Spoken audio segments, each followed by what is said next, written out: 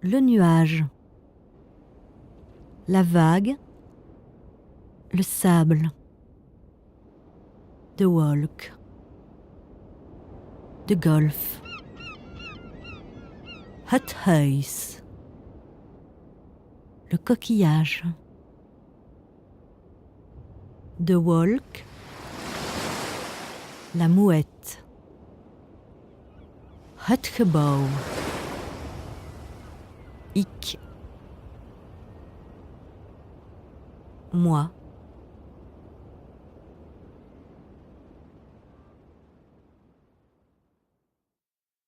En 1962, après 15 siècles d'existence fluctuante, la frontière linguistique est pour la première fois officiellement figée. À cette époque, je ne suis pas encore née. Je dois flotter quelque part dans les limbes, légère, enivrée d'être encore immatérielle, sans patrie, sans famille et sans appartenance linguistique.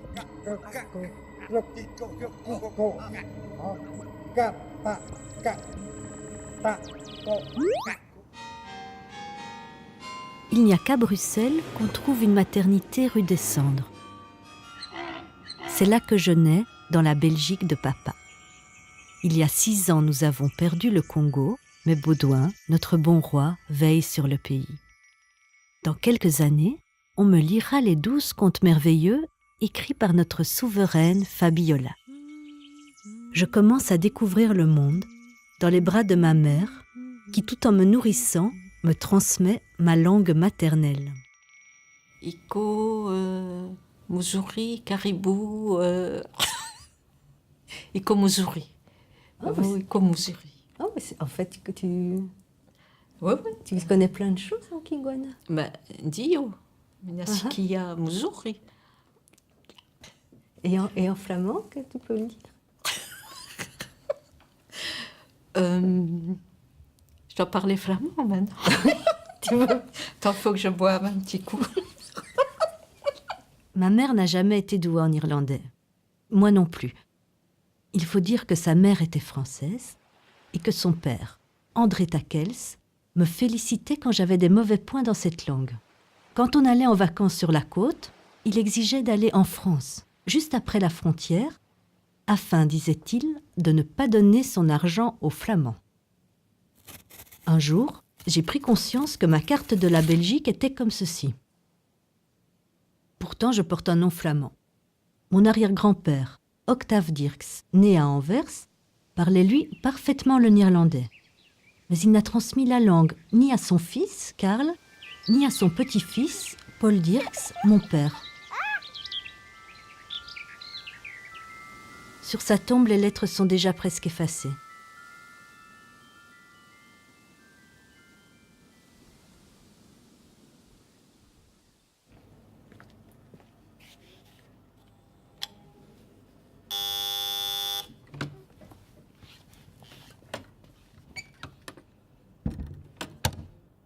On se rend compte que beaucoup de francophones ont la tendance à vivre dans un monde uniquement francophone qui les empêche de regarder ailleurs.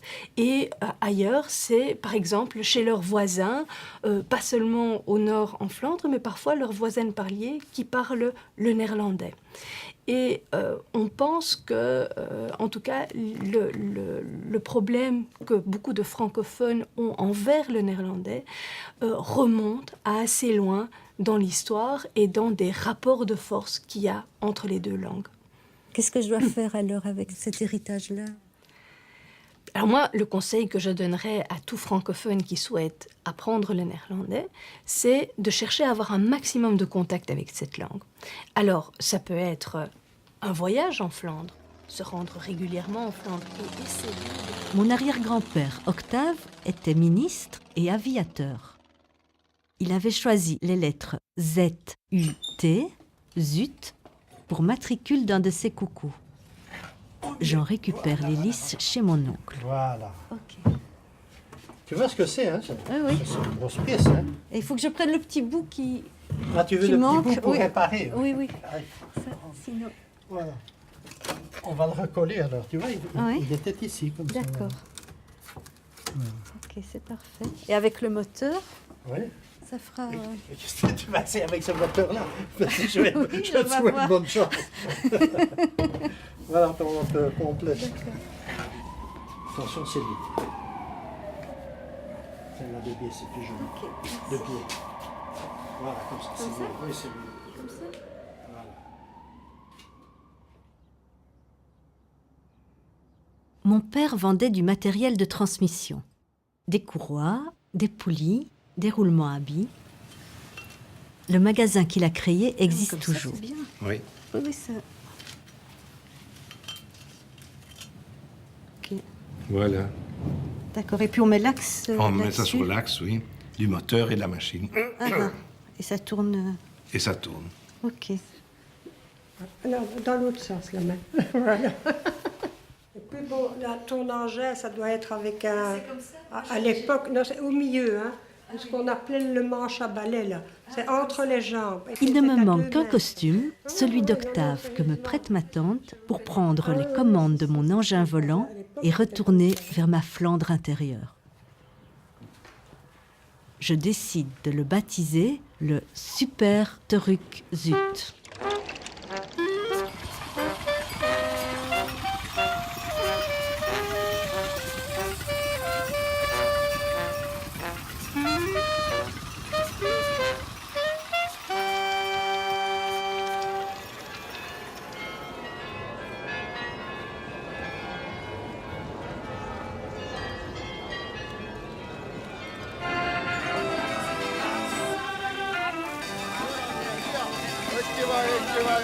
Voilà.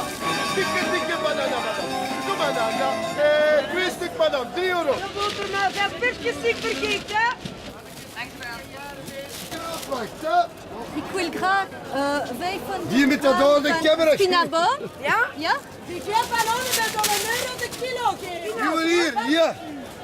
Schatjes, het is hier te doen. Look. Ah, hier.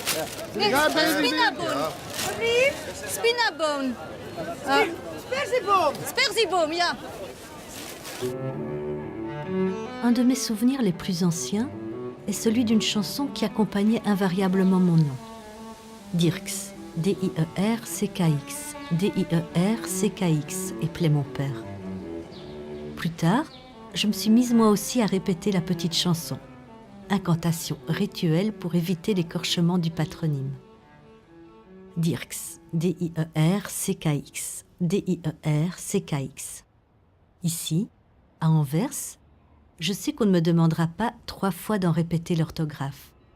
Et cela suffit pour me donner l'impression d'être arrivée dans la contrée mystérieuse dont j'ai toujours pressenti l'écho dans ces 7 lettres.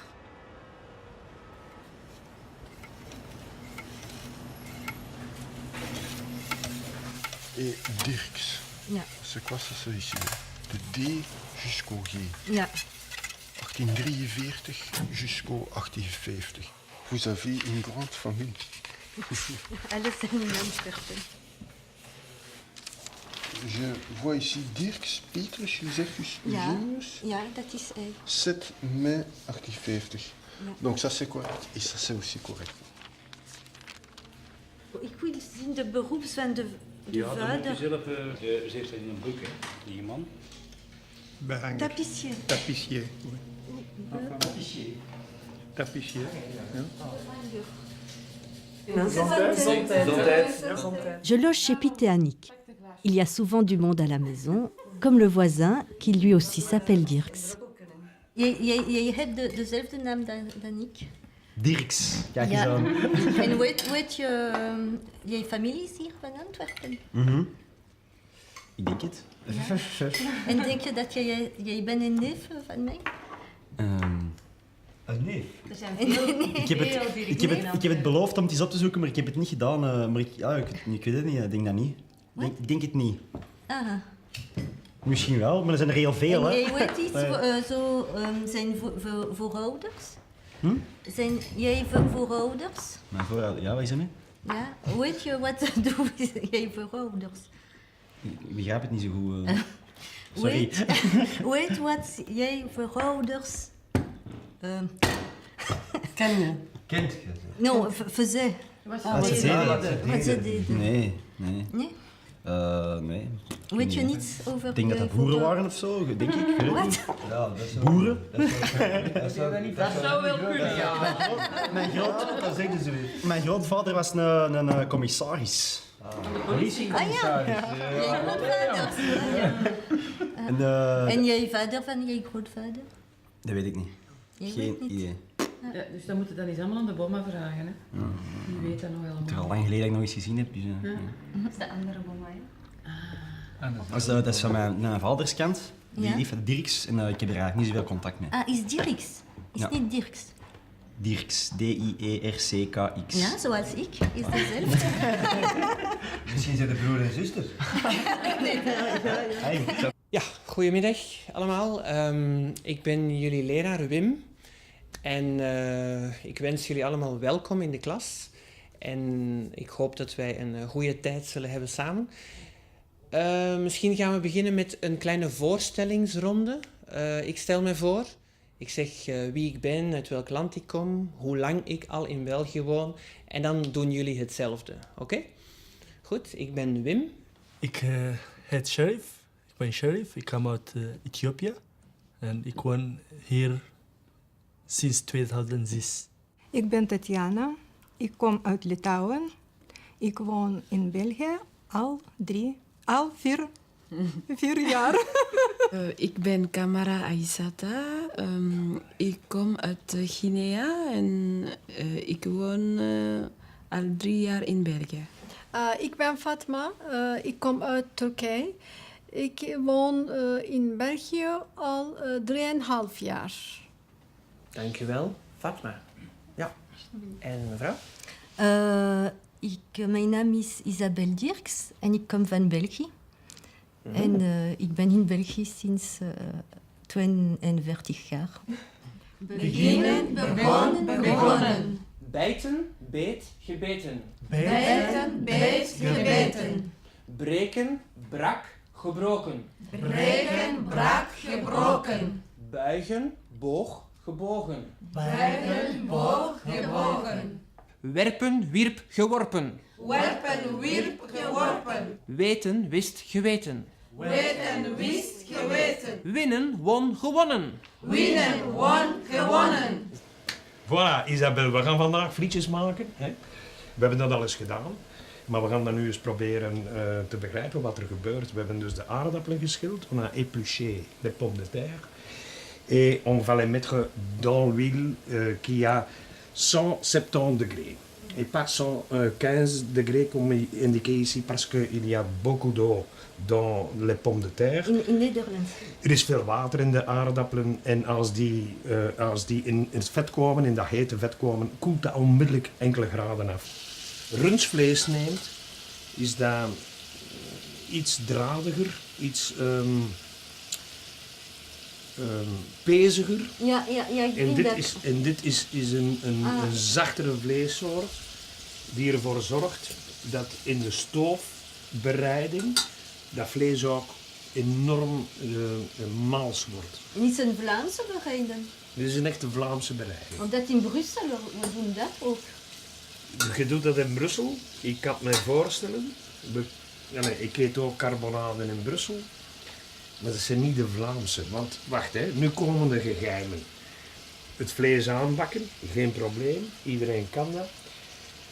Maar dan komt het grote geheim. Als het vlees aangebakken is, hoe gaan we het stoven? Wij hebben een Vlaamse bieren, donkere bieren. We hebben hier een donker, dat is een tafelbier. Het is een beetje gezoet. En dat zorgt voor een zeer gezoete, maar zeer indringende smaak. Je kunt het sterker maken met een befaamd Vlaams donker bier. We gaan er een beetje van bij doen, omdat het is een bitter bier. En dat zorgt voor de bittere toon. Jongen, mee. Dan.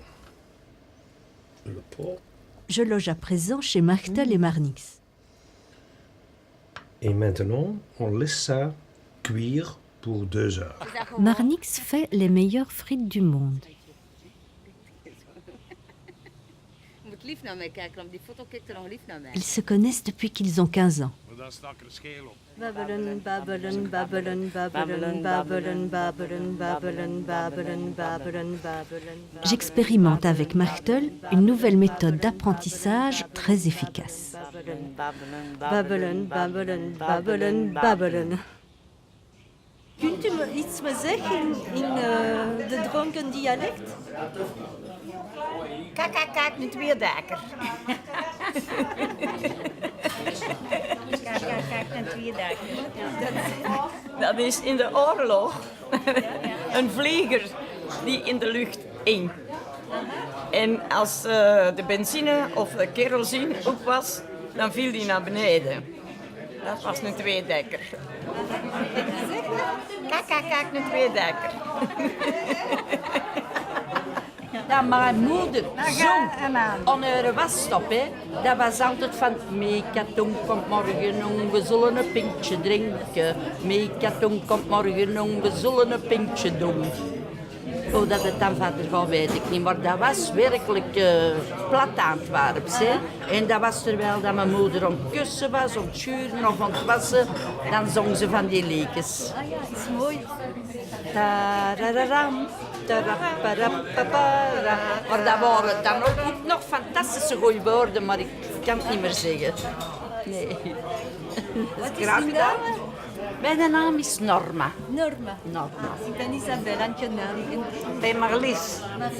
Aangenaam. En een Antwerpenaar vraagt aan een andere Antwerpenaar, est dat la mooi? En het antwoord is, ja, dat la metoi, et la moyenne. En wat wil dat? Dat wil zeggen, eet dat lam hooi.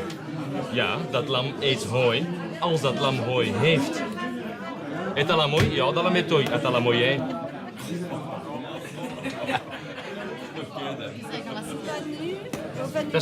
Dat is in de familie. Mijn grootvader is hier begonnen in 1924. Ah ja. En daarvoor was het ook café. En het oudste dat we terug hebben kunnen vinden was 1832. En daarvoor was het ook al café. Aha. Ah, zo. Omdat mijn familie was van Antwerpen. Van waar? Van Leijstraat. De Leijstraat. Ja. Oh, chique buurt, hè? Chique buurt, hè? Veel geld. Ja, was meubelmaker. Meubelmaker. Ja, ze hadden een winkel, maar vroeger ze waren een schrijnwerker. Een schrijnwerker, ja? Schrijnwerker en Ja. daarna ze worden rijker. Ja, tuurlijk. Ja. En dan zijn ze, van waar bent u? Ik ben in Brussel geboren, ik ben van Brussel. Van Brussel? Ja. Oké. Perfect, hè? Je doet goed je best. Perfect, dank u. Dans le temps, j'ai rencontré un type qui prétendait, qui disait que pour bien parler une langue, ça aide énorme à manger, à boire des choses qui poussent sur la terre de cette région dont on veut parler la langue.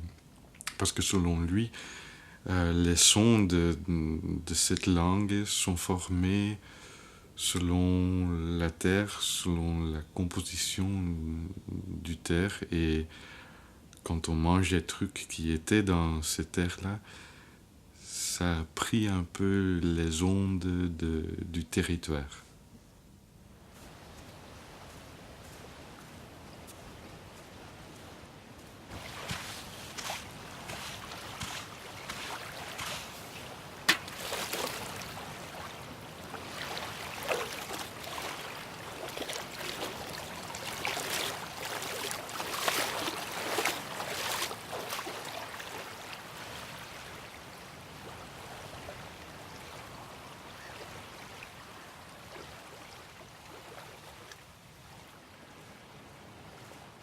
Er zijn voordelen geweest aan het feit dat Vlaanderen zo lang heeft moeten wachten op een algemene taal.